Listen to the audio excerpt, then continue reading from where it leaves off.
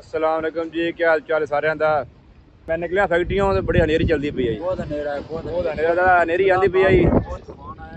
ते हुण बारिश शुरू हो गई है। बारिश भी थोड़ी थोड़ी हो रही है लेकिन हुण चाह शाह पीने आ चाह ते फिर गपशप लैने थोड़े नाल। चाह वाला प्रोग्राम बढ़ गया, लाइट चली गई है, चलेगी। कमरे च आ गया और नेट नहीं चलता पे। नेट भी नहीं चल रहा है। आमिर को हॉटस्पॉट ले ले यार।